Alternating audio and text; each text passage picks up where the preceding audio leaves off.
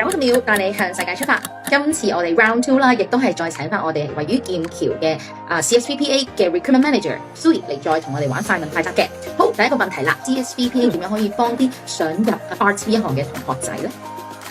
我哋 CSVPA 咧，因為分咗好多唔同類型嘅 pathway 啊，咁有趣啲去講啦，例如 Game Design， 坊間咧應該冇任何一間 Art 嘅 Foundation School 咧係有 offer Game Design 去到咁 specific 嘅一個 Foundation pathway。Game Design 好有趣嘅，通常咧你入到去呢一個大學嘅學科嘅時候咧，第一年咧佢就會教你用唔同類型嘅 software， 例如啦整一啲硬嘅嘢，呢一啲嘅話咧，我哋應該要用咩 software？ 如果係一啲同皮膚有關、同布有關咧，又係第二種 software 喎。喺 CSVPA 咧 Foundation 嗰一年咧，你已經學晒呢啲最基礎嘅課程，所以去到大學嘅時候咧，你已經係 ready 做 project 噶啦。明白。好，咁我亦都睇到咧 CSVPA 裏面有 Foundation 同埋 Extended Diploma 呢兩個 program， 你可唔可以解釋一下呢兩者嘅分別係乜嘢啊？好，最簡單啲嚟講，如果係讀 Extended Diploma 嘅同學仔咧，喺香港讀完中四，16歲以上就可以入噶啦，適合一啲咧未清楚自己要讀啲咩 pathway 嘅學生，例如啦，我哋平時如果喺香港 DSE 又好 GCSE 都好，讀開 Fine Arts 嘅話，知道自己有呢個 talent， 知道自己中意畫畫、中意藝術嘅，但係有冇試過咩叫做 fashion design？ 有冇試過 architecture？ 呢一啲唔同類型嘅 pathway 究竟有咩分別？乜嘢先適合自己呢？如果搞唔清楚嘅話咧，入我哋嘅 Extended Diploma 就可以幫你